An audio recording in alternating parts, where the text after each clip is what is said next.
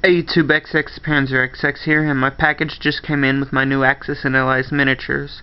So, this video is my new Axis members.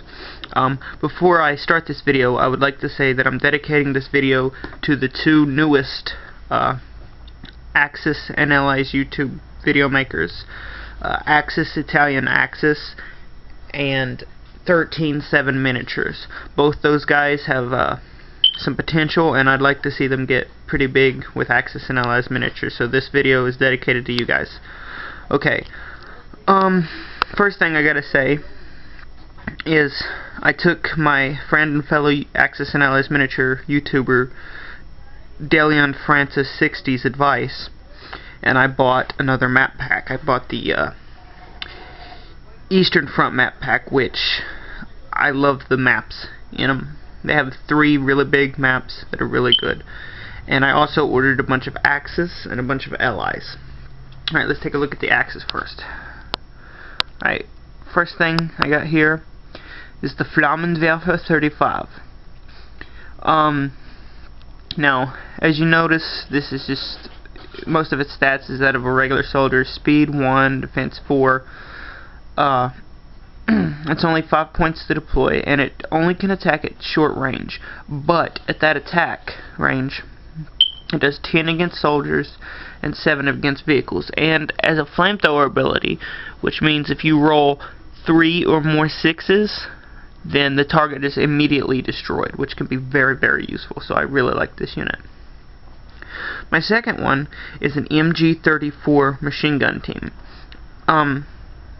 I ordered this one just so, well, one, I needed another machine gun team, and I wanted some more different variants of German machine guns, but also I needed a German machine gun for the early wars match, because, well, the MG42 wasn't issued by the time of the invasion of France, so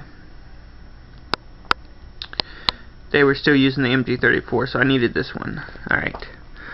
The big Axis that I'm getting, the most of it is Japanese, because I got a lot of Japanese for my birthday, and I decided to go ahead and build that army up. I got 2 Type 95 Hagos, which are pretty good light tanks. They're only 8 points to deploy. They're decently fast at the speed of 4. Their armor, however, is weak at 2 frontal and 2 rear.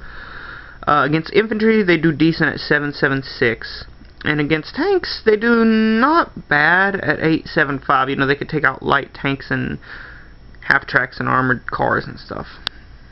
They have 1 disability, which is poor suspension, which means they cannot move across a hill hex unless it's along a road, but they also have forest camouflage, which means that the unit automatically gets success at covers in forest attacks from long range attacks, which I think kind of makes up for that, because I don't use tanks on hills a lot anyway. And for my Japanese, I decided to get an SNLF captain. I actually had another SNLF captain, but I had given it to one of my friends, and I had actually bought the pack, the big army back yet, but he has yet to give it to me. So I decided to buy another one for my Japanese. Then I bought 2 Arisaka riflemen. I wanted to get more, but I really didn't have enough. Plus there's another Arisaka in the pack if I can get it back, but they're pretty good units. I bought 2 Type 89 mortars, which I figured would be pretty handy.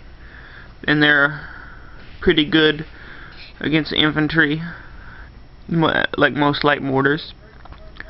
And then I bought a Type 99 LMG, which is not nearly as good as most other MGs, but it's decent. Also, for my friend Axis Italian Axis, I saw your recent video about your veteran tiger. Here is my veteran tiger, and I love him. Although I agree with you about 65 points being a little too much, I still think he's an excellent unit. I mean, I prefer the regular Tiger just because of the 65 point thing, but he still is a beauty, and he still is a great unit. So thanks for watching the vid, comment, and subscribe. Until next time, XX Panzer XX out.